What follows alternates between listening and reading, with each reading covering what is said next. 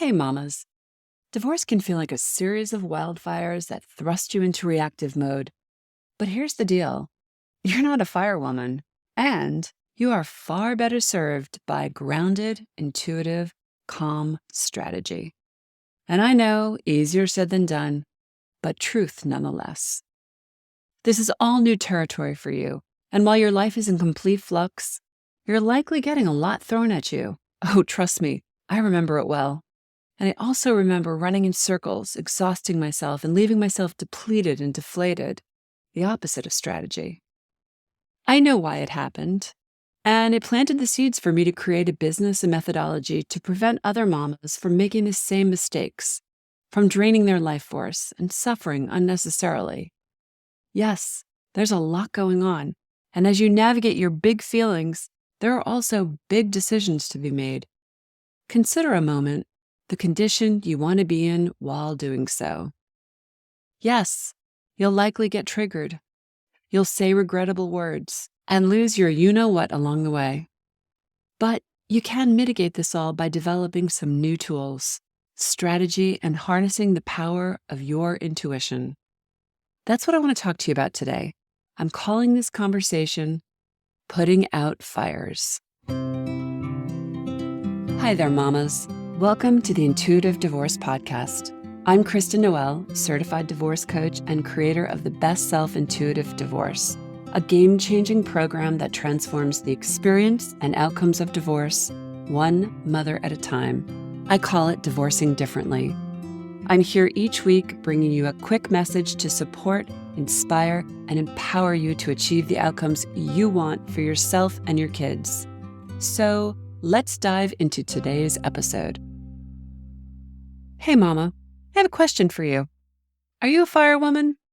I didn't think so. So in that case, let me ask you, why are you running around trying to put out fires? I'm not making light of divorce. In fact, I know only too well what it feels like.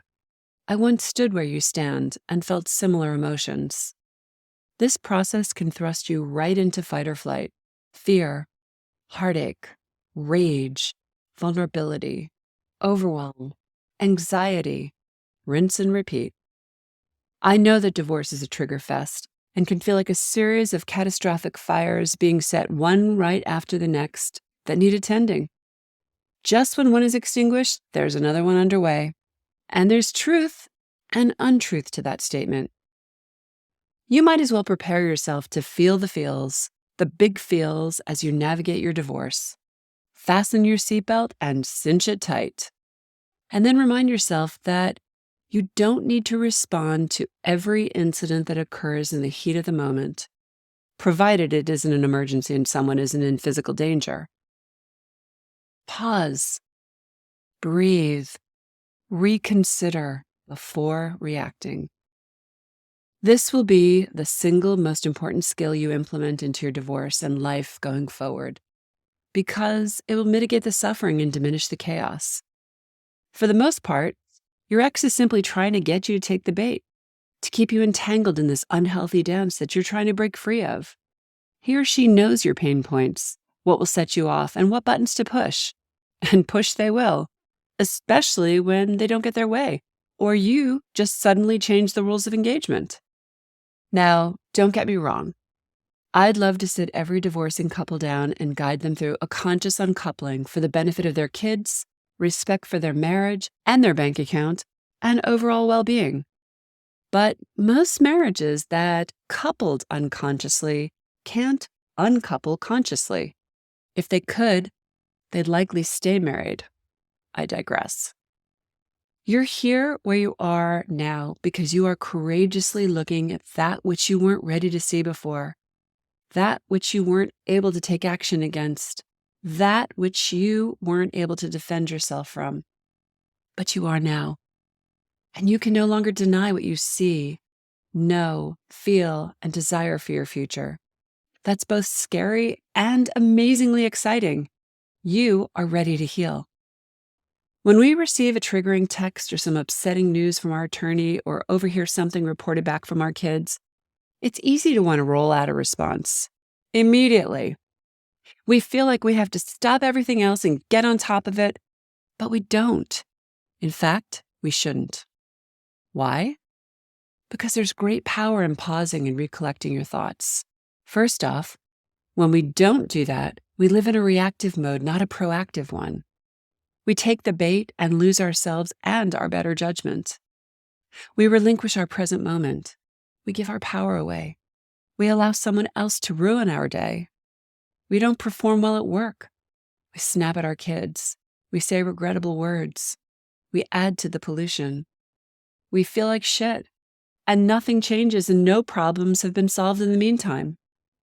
In essence, we create our own mess to clean up at a time that we don't need anything else on our plate.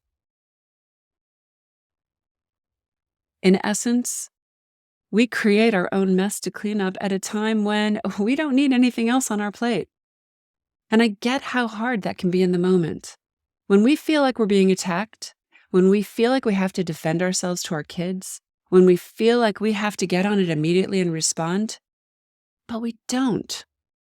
Just the other day, a new mom in our coaching group texted me about an alarming situation that had unfolded. I was really glad she reached out. I read her communication and immediately understood that she had been swept up in the false urgency of it.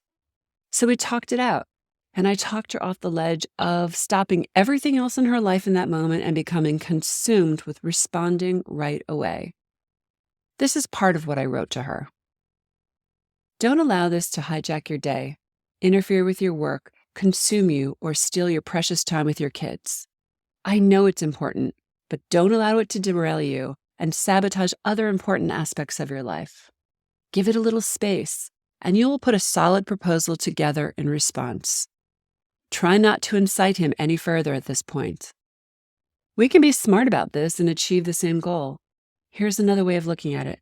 Imagine that everything you say and write him at this point forward will be reviewed by the court. Don't give him any ammunition to use against you. So how exactly do we achieve this?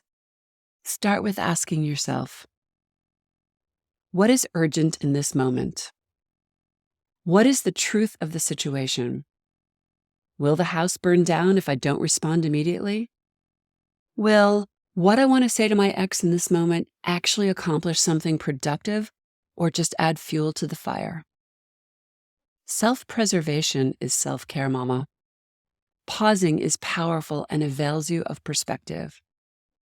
There were steps I advised this mama to take that definitely made her feel that she wasn't sitting back and being passive, but she also quickly realized the merit of conducting herself calmly and strategically. Mudslinging in divorce is truly a waste of time. Allowing your ex to drag you down and leave you spinning in circles is unnecessarily disempowering. This is what I do every day. I help mamas reclaim the lost pieces and parts of themselves.